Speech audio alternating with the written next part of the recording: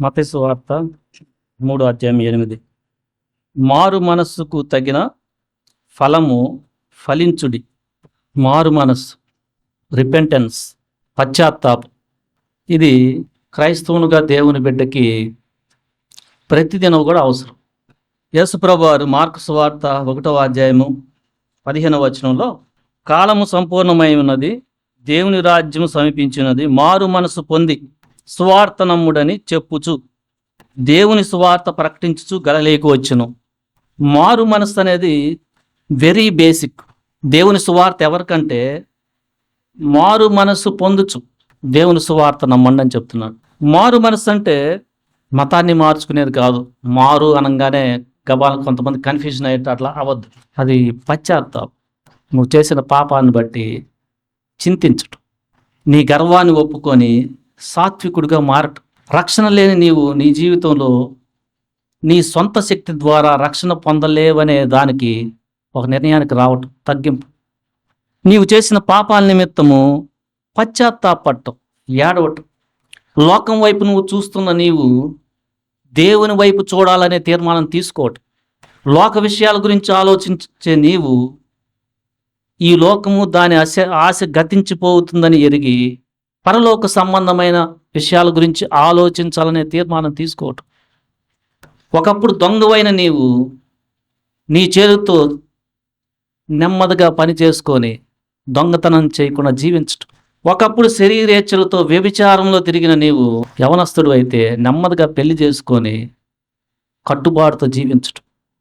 పెళ్ళైన నువ్వు వ్యభిచారంలో ఉంటే మారు మనసు పొంది ఆ ఘోరమైన పాపాన్ని విడవటం. అన్యాయం చేస్తుంటే న్యాయంగా జీవిస్తానని ఒక నిర్ణయం తీసుకోవటం. వీరికి దేవుని యొక్క సువార్త. బాప్టిజం ఇచ్చి యోహాను బాప్టిజం ఇస్తూ ఉంటే, మారు మనస్సు విషయమైన బాప్టిజం ఆయన ఇస్తూ ఉంటే, మనకి లూకా సువార్తలో 3:1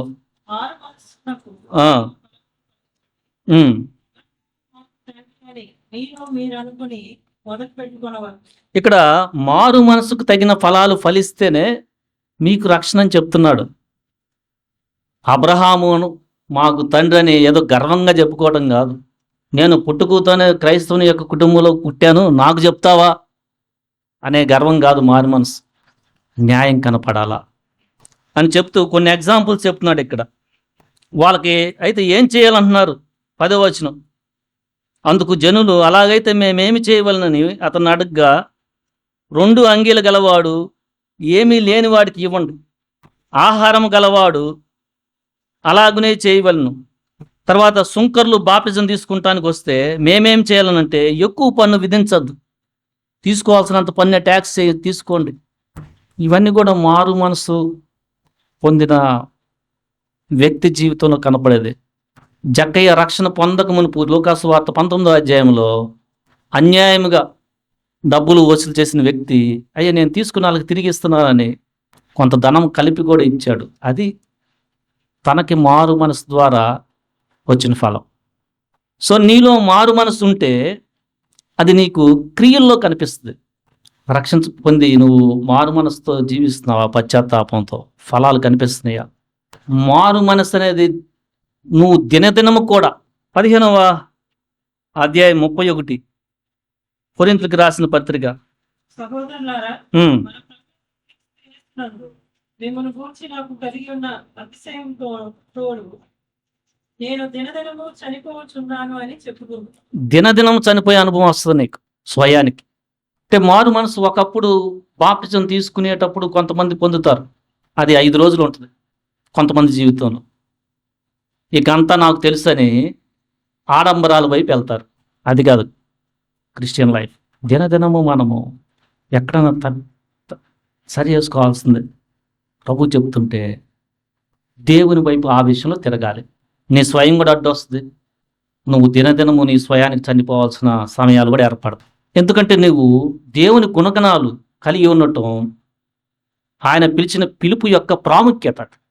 ఇక ఎంత చెప్తున్నా మారు మనసు పొందపోతే హఠాత్తుగా అయిపోద్ది లైఫ్. అది కూడా ప్రభు చెప్తున్నాడు. లూకా సువార్త 13 పిలాతు మొదటి నుంచి. లూకా సువార్త 13 పిలాతు గలిలయులైన కొందరు రక్తము వారి బలులతో కలిపి ఉండెను. ఆ కాలమున అక్కడున్న కొందరు ఆ సంగతి యేసుతో చెప్పగా ఆయన వారితో ఇట్లనెను, ఆ గలిలయులు అట్టి హింసలు పొందినందున వారు గలిలయులందరికంటే పాపులని మీరు తలంచుచున్నారా? కారని మీతో చెప్పుచున్నాను. మీరు మారు మనసు పొందని ఎడల మీరును అలాగే నశింతురు. ఎంత చెప్తున్నా, అరే డబ్బుల విషయంలో అన్యాయం చేయొద్దు, జాగ్రత్తగా ఉండు. లేదు లేదు, నన్ను ఎవడు పట్టుకోలేదు. కొంతకాలం అది, ఒక సమయం వస్తుంది, చిక్కుతావు. అదే ఫస్ట్ నిన్ను ఎవడు చూసినా, నిన్ను ఎవడు పట్టుకోపోయినా దేవుని లేఖనం అన్యాయం చేయొద్దని చెప్తుంది కదా ధనం విషయంలో. అక్కడ జాగ్రత్తగా ఉంటే నువ్వు వినలేదు వినలేదు వినలేదు పోలీసులు పట్టుకెళ్తారు. ఇక పట్టకెళ్ళిన తర్వాత నీ సొంత కొంతమందికి స్వాభిమానం వచ్చేస్తుంది. ఎవరన్నా బయటకు వెళ్తే ఇక నన్ను అక్కడికి వెళ్ళి వచ్చావని అనుకుంటారని ఆత్మహత్య చేసుకునే వాళ్ళు ఉన్నారు. ఎందుకు వస్తుంది ఇదంతా? మారు మనసు. అరే ఈ చిన్నదైనా కానీ చేయవాక అది పెద్దదై ఈ పుండులాగా పెరిగిపోయి క్యాన్సర్ లాగా తయారవుద్ది ఆ పాపం, జాగ్రత్తగా ఉండు అని చెప్తుంటే కొంతమందికి శరీరతత్వం ఉంటుంది, ఎవడు పట్టించుకోవట్లేదు కదా. కొంతమంది రక్షణ పొందిన వారు కూడా ఆ స్థితిలో ఉండొచ్చు అజాగ్రత్త ఉంటే. మారు మనసు పొంది ఇప్పటికైనా. ఇంకా పాపంలో ఉండి రక్షణ పొంది నువ్వు ప్రభువు ముందు అక్కడ నిలబడితే ఎలా నించుంటావు అనుకుంటున్నావు? యోహాను భక్తుడు ఆయన రొమ్ము మీద కూర్చున్నాడు శరీరంలో ఉన్నప్పుడు. ప్రకటన గ్రంథంలో ఆయన చూడంగానే చచ్చిన వాడి వలె పడి ఉన్నాడు. నీకు తెలియట్లా దేవుని యొక్క భయంకరమైన స్వరూపం. పాపాన్ని ఆయన అసహించుకుంటాడు. మారు మనసు పొందు. తర్వాత ప్రభు చెప్తున్నారు అక్కడ 4వ వచనం, మరియు సీలోయములోని గోపురం పడి చచ్చిన ఆ 18 మంది యెరూషలేములో కాపురమున్న వారి కంటే అపరాధులని తలంచుచున్నారా? కారని మీతో చెప్పుచున్నారు. మీరు మారు మనసు పొందని ఎడల మీరందరూ అలాగే నశిస్తారు. సో మారు మనసు పొందితే జీవించటం, పొందకపోతే నశించటం. రక్షణ పొందిన తర్వాత మారు మనసుకి పొందిన ఫలాలు రక్షించబడి 1 year 2 years 5 years 10 years అయినా కూడా ఏమి కనకడకుండా ఇంకా లోకాన్ని నువ్వు ఎదుగుతూ ఉంటే దేవుడిచ్చిన సమయం దీర్ఘశాంతాన్ని నువ్వు తునీకరించే తత్వంలో ఉన్నావు. జాగ్రత్త, ఇంకా దగ్గరికి ఉంది లైఫ్. ఆ తర్వాత చెప్తూ మారు మనసు పొందండి 6-9 చెప్తున్నారు ప్రభు.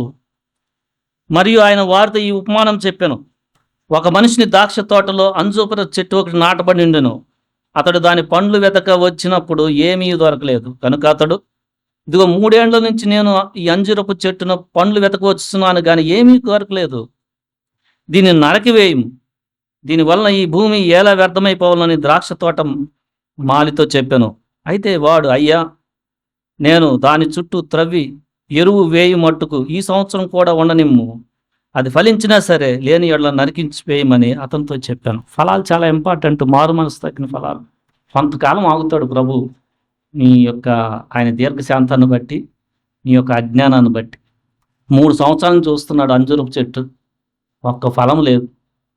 కోపం వచ్చింది యజమానికి, అంటే తండ్రి అయిన దేవునికి. తోటమాల అంటున్నాడు, బతిమాలుకుంటున్నాడు మీడియేటర్ కింద, ఈ 1 సంవత్సరం చూడయ్యా కొంచెం అన్నాడు. Okay 1 year. ఇంకా యేసుప్రభు వారు తండ్రికి మనకి మధ్య నువ్వు ఫలించుకుంటా ఉంటే బతిమాలుతూ ఉన్నాడు. నువ్వు ఇంకా వినలేదా?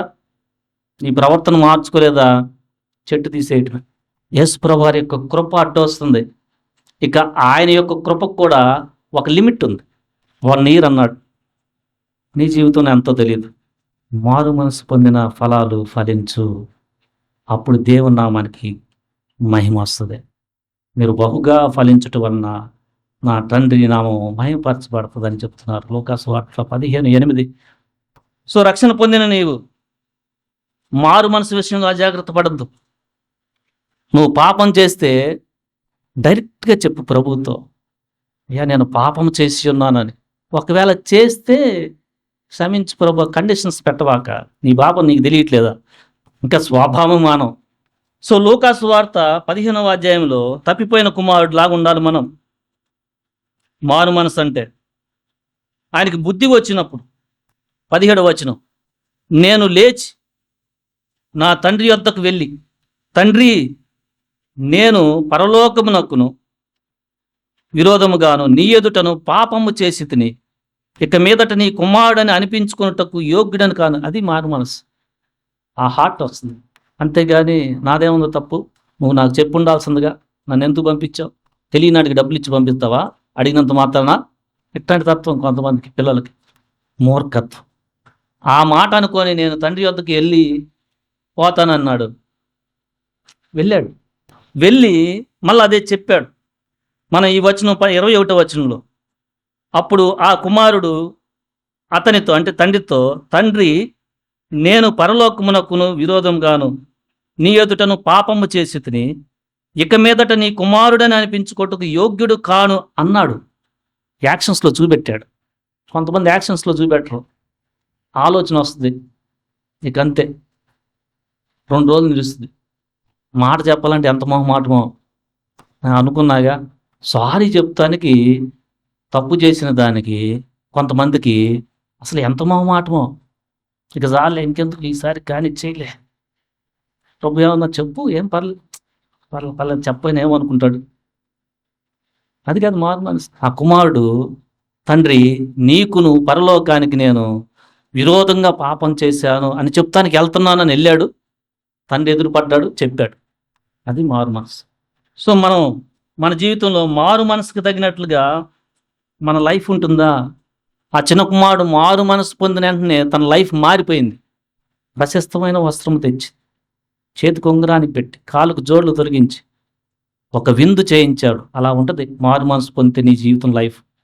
గర్వంగా లోపలే ఉంచుకుంటూ పాపం మనుషులు నన్ను అనుకుంటాడు అని వాళ్ళ ముందు నెమ్మదిగా మంచి డ్రెస్సులు వేసుకుంటూ మంచిగా నన్ను చూపెట్టుకున్నావా, కొంతకాలం ఇక్కడ బాగానే ఉంటుంది, తర్వాత పట్టుబడతావు. అక్కడ అసలు బాగోదు, పరలోకంలో నరకమే. జాగ్రత్తగా ఉండు. నీకు ప్రభు నీ పాపాన్ని చెప్తా ఉంటే అది చిన్న స్థితిలో ఉన్నా ఇప్పుడే విడిచేసాయి. ఎందుకు పుండులాగా చేసుకుంటాం? ఒకవేళ ఇప్పటికే పుండైందనుకో, నా వల్ల కాదు ప్రభు అని ఆయన వైపు తిరిగి పరిగెత్తేసాయి, ఆ పాప నుంచి పరిగెత్తి. అప్పటికైనా నీకు బ్లెస్సింగ్ ఉంటుంది. ఈ 2 చేయకుండా అజాగ్రత్త పడ్డావు అనుకో, నెమ్మది ఉండదు. సో మనం మనుషుల విషయమే కూడా రక్షణ పొందిన తర్వాత చాలా జాగ్రత్త ప్రవర్తించాలా. అపోస్తుల కార్యములు 24:16 చదవండి. ఈ విధమున ఉమ్. నేను దేవుని ఎడలను మనుషుల ఎడలను ఎల్లప్పుడూ నా మనస్సాక్షి నిర్దోషమైనదిగా ఉండునట్లు అభ్యాసము చేసుకొనుచున్నాను. ఎల్లప్పుడూ అండర్లైన్ చేసుకోండి. అంటే దినదినము దేవుని ఎదుటే కాదు, మనుషుల ఎదుట. నీవు దేవుని ఎదుట పాపం చేసినప్పుడు నువ్వు దేవుని ఎదుట ఒప్పుకో. మనుషుని ఎదుట పాపం చేస్తావు కొన్నిసార్లు, ఎలా పడితే అంటావు. వెళ్ళి దాన్ని సరి చేసుకో. పక్కనే తిరుగుతుంటాడు. కొంతమందికి ఈ జ్ఞానం లేదు. ఇక ఆడంబరాలు అనమాట. సాంగ్స్ విపరీతంగా పాడేయటము. వాడు చేసిన దాన్ని పక్కన ఉంటే వాడు బాధపడతా ఉన్నవాడు వాడి దగ్గరికి వెళ్ళి సారీ చెప్తాను కొన్నావు. ఇదిగా ఇవన్నీ ఆడంబరమే. నువ్వు ప్రైజ్ చేయొచ్చు, తప్పులేదు. జాయ్ఫుల్గా ఉండదు, తప్పులేదు. నువ్వు చేసిన పక్కన వాడు బాధపడుతుంటే వాడి దగ్గరికి వెళ్ళి, అయ్యా నిన్ను బాధ పెట్టాను, నన్ను క్షమించయ్యా. అది ఇంపార్టెంట్. సో పౌలు చెప్తున్నారు, నేను మనుషుల ఎదుటను దేవుని ఎదుటను మనస్సాక్షిని నిర్మలంగా కాపాడడానికి అభ్యాసం చేస్తున్నాను. అభ్యాసం చాలా ఇంపార్టెంట్. ఊరకనే రాదు ఇది. ఎందుకంటే శరీరంలో చాలా గర్వం ఉంటుంది. రక్షణ పొందిన వెంటనే కూడా అది పోదు, వెంటనే పోయేది కాదు. దినదినం అభ్యాసం చేసుకోవాల్సిన బాధ్యత ఒక విశ్వాసికి, దేవుని బిడ్డకుంది. లేకపోతే నువ్వు కొంతకాలానికి లోకంలోనే కలిసిపోతావు. ప్రభువు మార్గాన్ని కాకుండా ఒక మతాన్ని పాటిస్తూ అలా జీవితాన్ని గడిపేస్తావు అంతే. అది కాదు పరలోకానికి వెళ్ళే మార్గం. మారు మనసు చాలా ఇంపార్టెంట్. రక్షణ పొందిన నీ జీవితంలో మారు మనసు పొందిన ఫలాలు, ఆత్మఫలం, వాటిలో ఏమైనా ఎదుగుదల ఉందా? ప్రేమ, సంతోషం, కష్టంలో కూడా సంతోషంగా ఉంటాం. సమాధానము, ఎవడన్నా ఇబ్బంది పెట్టినా వాడితో సమాధాన పడే ఆలోచనకి రావటం. దీర్ఘశాంతం, ఓర్పు కొద్ది పెంచుకోవటం. దయాలత్వం, దయగలిగి ఉండటం. ఇచ్చే తత్వం. 2 అంగీలు ఉన్నవాడు లేని వాడికి ఇవ్వండి అని చెప్పాడు యోహాను. అంతకుముందు నీకు రక్షణ పొందకుండా నాకే కావాలా, ఇంక ఇవ్వు, కొద్ది. మోసం చేసే తత్వం పోయి నిజాయితీగా నడుచుకోవటం. అనిపిస్తున్నాయా? కొన్నిసార్లు మనం జాగ్రత్తగా లేకపోతే ఏంటిది మారు మనసు పొత్తులు ఊగులు వింటుందేగా అనే గర్వంలో అక్కడే ఉండిపోతాడు విశ్వాసి. వీటిలో అసలు కనపడవు. మారు మనసు అంటే నీ క్రియల్లో అది నువ్వు తప్పిపోతున్నప్పుడు వెంటనే సరి చేసుకోవాలి అనే ప్రయత్నం. ఎప్పుడు తప్పుకోవని కాదు, కొన్నిసార్లు అజాగ్రత్త వల్ల కానీ, బలహీనుడు కానీ, సాతాను నిరాశలో పెట్టిన పరిస్థితుల్లో కొన్నిసార్లు తప్పిపోయే పరిస్థితి వచ్చిందంటే వెంటనే నువ్వు ప్రభు వైపు తిరిగేటట్టు మారు మనసు. అది లేకుండా క్రైస్తవ జీవితాన్ని నువ్వు కొనసాగిస్తూ ఉంటే త్వరలోనే నువ్వు ఎంత టైం పట్టు తప్పిపోయావని కూడా నీకు తెలియదు. ఆడంబరంగా ఇంక పై పోతంతా పూసుకొని జీవిస్తూ ఉంటావు.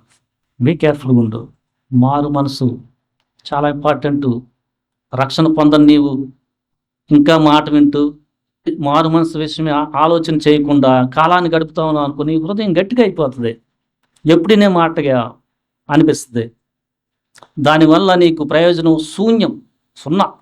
నీ హృదయం లేతగా ఉన్నప్పుడే ఆ లేతవైన ఆ యొక్క భూమి మీద విత్తనాలు పడతా, దేవుని వాక్యం పవిత్రమైన విత్తనాలు చదువుతుంటే నువ్వు మారు మనసు పొందితే ఫలం వచ్చేస్తుంది. గట్టిగా పెట్టుకున్నావా ఫలించదు ఆ మాట. హృదయం గట్టి వైపుతాయి. యేసుప్రభువు చెప్పారు, మారు మనసు పొందుతూ సువార్తను నమ్మండి. మీరు మారు మనసు పొందితే మీకు పాప క్షమాపణ. లూకాసు వార్తలో చివరి అధ్యాయంలో ప్రభు ప్రకటించమంది మారు మనసు విషయమైన పాప క్షమాపణ. ఆ మాట చదవండి. 47 వచనం. యెరూషలేం మొదలుకొని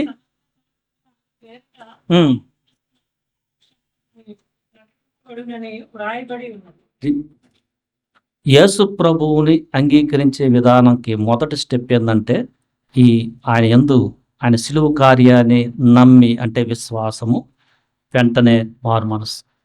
ఇది ఉంటే నీకు రక్షణ లేని నీకు రక్షణ స్టార్ట్ అవుద్ది. ఆ మారు మనసును బట్టి నువ్వు బాప్తిజంకి లేట్ చెయ్యి. జాగ్రత్త. మారు మనసు పొందే సమయం నీకు ఇచ్చినప్పుడు కొంతమంది అలా గడిపేస్తూ ఉంటారు. ఇక వాళ్ళ జీవితం అంతం కూడా బాప్తిజం తీసుకునే వాళ్ళు ఉన్నారు. చర్చికి వెళ్తారు, వాళ్ళకి ఏదో అడ్డొచ్చేస్తుంది. మనుషులు మెప్పు, మతంలో చేరేవారు అనుకుంటారనో. అదే లేతదనంలో తీసుకో అని చెప్పే వాయిస్ కూడా ఇప్పుడు వాళ్ళు ఎలా తయారవుతారంటే 10 సంవత్సరాలు చర్చికి వస్తూ మాటలు వింటూ మాకేం తెలియదు అనే భ్రమలో ఉంటారు. కానీ బాప్తిజం తీసుకున్న వారు కాదు. అలాంటి వాళ్ళు ఉంటారు. వాళ్ళు ముందుగా పడిన విత్తనాన్ని లేత హృదయంలో నెగ్లెక్ట్ చేశారు. చాలా జాగ్రత్తగా ఉండు. నీవు దేవుని గుణగణాల్లో ఫలించాలంటే ఈ మారు మనసే చాలా ఇంపార్టెంట్. దినదినము కూడా మనకి. అయితే పతనమైన పాపంలో మనకు వచ్చే అడ్డు ఏంటంటే ఎప్పటికప్పుడు సాతాను మళ్ళా గర్వంతో మనల్ని కొట్టేయాలని చూస్తాడు. వాడేసే ఆయుధమే. ఈరోజు ఒకసారి చెక్ చేసుకుందాం. రక్షణ పొంది దేవుని వాక్య ప్రకారం నేను నడుచుకోవాలనే ఆలోచన ఇప్పుడు దాకా నువ్వు రాకపోతే ప్రభువు ఆ యజమాన్ని బతిమాలుతున్నాడు. అయ్యా ఇంకో సంవత్సరం ఆగయ్యా, నేను ఎరివేస్తాను. ప్రభు యొక్క కృపే నేను ఇంకా పట్టించింది, నువ్వు నశించకుండా జాగ్రత్త పడు. కాకపోతే దానికి కూడా ఒక లిమిట్ ఉంది. ఆయన వాక్యంలో ఫలించమంటున్నాడు ఆయన. మారు మనసు పొందు, రిపెంట్ అవ్వు, ఆయన కృప మీద ఆధారపడు. అప్పుడు దీనత్వం వస్తుంది. అది నువ్వు చేయగలుగుతావు. ఆయన మాట ప్రకారం, ఆయన యొక్క ఆత్మ సహాయాన్ని, బలాన్ని బట్టి, ఆయన పరిశుద్ధ ఆత్మను బట్టి నువ్వు చేయగలుగుతావు. రక్షణ లేని నీవు మారు మనసు పొందు. ఇక భూమి మీద ఎంతకాలం జీవిస్తావు మనకు తెలియదు. ఈ రోజులు సాగిపోయే నీడలాగా ఉంటున్నాయి. అలా వెళ్ళిపోతున్నాయి అంతే. లేట్ చేయవాక మారు మనసు పొందు. యేసుక్రీస్తు యొక్క సిలువ కార్యాన్ని నమ్ము. ఆయనే నీకు రక్షకుడు. ఆయన పరిశుద్ధమైన రక్తంలోనే నీకు పాప క్షమాపణ. నీ పాపాల నిమిత్తం ఆయన సిలువలో ప్రాణం పెట్టాడు. తలకి ముండ్ల కిరీటాన్ని ధరించాడు. కాళ్ళు చేతులకు మేకులు గుర్తించుకున్నాడు. నీ పాపము దేవునికి శిక్షేసింది. నీ పాపము దేవునికి అవమానాన్ని ఇచ్చింది. ఏడు. ఆయన ప్రేమ కలిగిన వాడు, దయగలిగిన వాడు, కృపతో నిన్ను పిలుస్తా ఉన్నాడు. సిలువలో చేతులు చాసి, నా బిడ్డ నా దగ్గరికి రా, లేకపోతే నీ ఆత్మ నాకు దూరం అయిపోతుంది. నువ్వు చనిపోయిన తర్వాత నిత్య అగ్ని. నువ్వు మారు మనసు పొందు, నా దగ్గర సువార్తను నమ్ము, నీకు రక్షణ వస్తుంది. ప్రభువుతో నువ్వు సదాకాలం సంతోషంతో ఉంటావు. దేవుడి మాటలు దీవించును గాక. ఆమెన్.